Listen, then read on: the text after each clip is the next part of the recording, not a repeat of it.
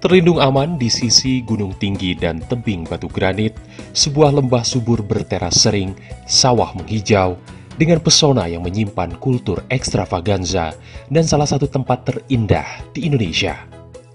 Inilah negeri atas, tempat di mana masyarakat Toraja berada.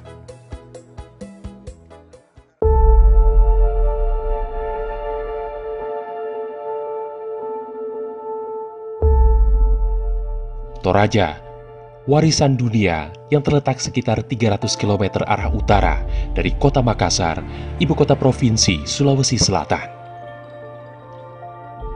Lokasi tinggal salah satu suku tersohor di Indonesia ini memang memiliki pesona alam dan wisata yang luar biasa.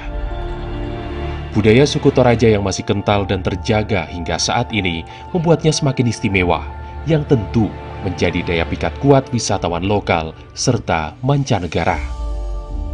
Berbicara Toraja akan makin afdol lagi jika kita juga menyebut kopi asli setempat yang terbukti masyhur di banyak negara. Keseimbangan cita rasa membuatnya dijuluki The Queen of Coffee, Sang Ratu Kopi.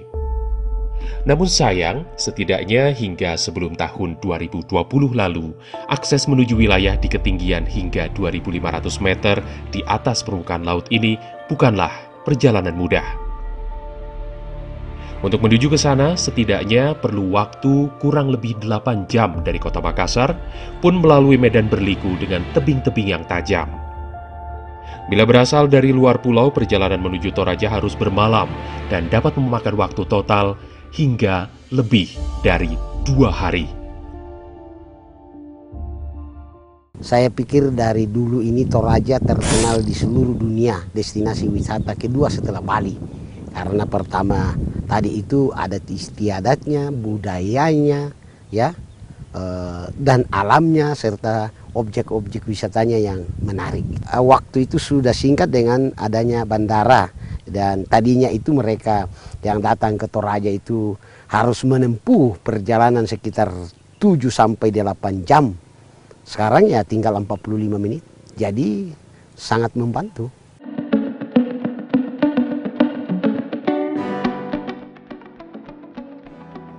Bandar Udara Toraja berada di Kecamatan Mengkende, Kabupaten Tanah Toraja.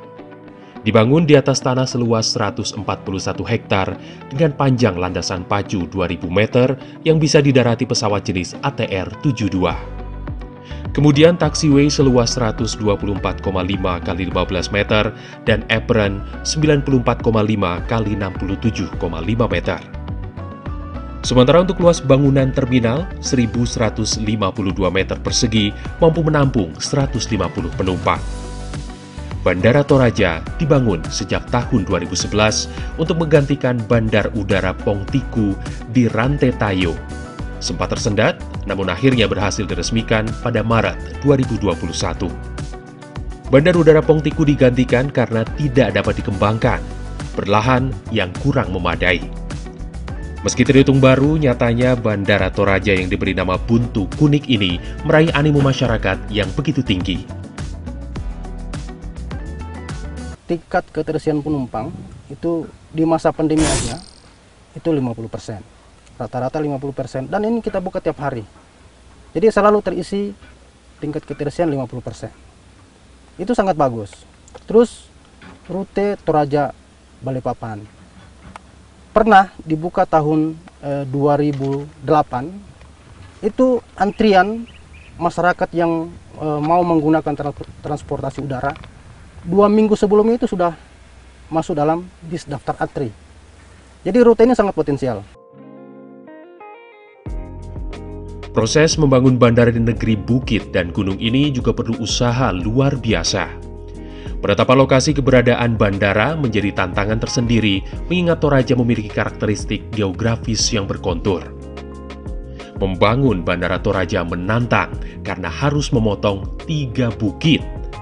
Potongan bukit yang bervolume 6 juta meter kubik itu digunakan untuk menimbun lembah dengan volume 5 juta meter kubik. Bandara itu harus ada di daerah yang rata, sementara Toraja tidak ada daerah yang rata. Tantangannya memang membuat daerah rata. Daerah rata ini penyiapan lahannya memang butuh usaha yang agak lebih. Tapi dari pemerintah Jokowi itu menganggap itu bukan merupakan hambatan, tapi itu merupakan tantangan untuk berbuat lebih baik untuk masyarakat.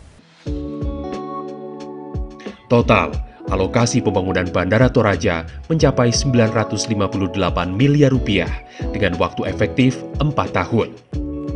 Bandara ini memiliki rute penerbangan Toraja Makassar dengan maskapai Wings Air pada hari-hari tertentu. Ditargetkan, ke depan akan membuka lebih banyak lagi rute penerbangan menyesuaikan animo penumpang. Setelah ada pesawat ini ya sangat memudahkan kita kan dalam waktu ya, apalagi kami sebagai anak perantau itu waktunya terbatas, jadi kami bisa atur waktu untuk naik pesawat yang dulunya ditempuh 2,5 hari, sekarang tinggal 1 hari sudah sampai di tempat. Destinasi wisata tentu juga menjadi sasaran utama dari tujuan pembangunan Bandara Baru Toraja, terlebih di masa pandemi yang menghantam keras ekonomi sektor ini. KT Kesu menjadi salah satu objek wisata di Toraja yang terimbas pandemi. Kalau dari dulu setiap hari kami memperoleh antara 8 sampai 10 juta di objek wisata. Tetapi semua penjual souvenir itu minimal 2 kali lipat dari itu, sekitar 20 juta per hari. Dulu sebelum itu. Nah sekarang pandemi itu baru bergerak antara 5-8% dari pendapatan kemarin. Tetapi kami tidak bisa membiarkan diri, oleh karena kami harap besok ini pandemi hilang sehingga pendapatan akan kembali seperti sekarang. Namun beruntung, kondisi saat ini telah merangkak pulih. Bandara Baru Toraja ini secara perlahan tapi pasti menghembuskan angin segar bagi pelaku usaha di KT Kesu. Sudah mulai, Bu. Karena kami dalam registrasi, kami sudah catat, oh ini dari provinsi mana, oh ini dari provinsi mana. Kemarin sudah satu-satu dari Bali, ada bule. Ya mudah-mudahan ke depan ini semakin bertambah. Jadi udah kelihatan lah Pak ya? Kelihatan, nampak sekali malah. Itulah rupa kemajuan infrastruktur transportasi Toraja, sekaligus gambaran bagaimana pengaruhnya terhadap pemulihan ekonomi. Ke depan, Bandara Toraja akan terus dikembangkan dengan target perluasan landasan pacu agar dapat didarati oleh pesawat berkapasitas lebih besar. Bila pandemi ini usai, Toraja akan semakin menjadi incaran wisatawan. Lalu seperti apa bandara baru dengan tujuan serupa namun dibangun di kota industri rambut palsu terbesar kedua di dunia, Purbalingga?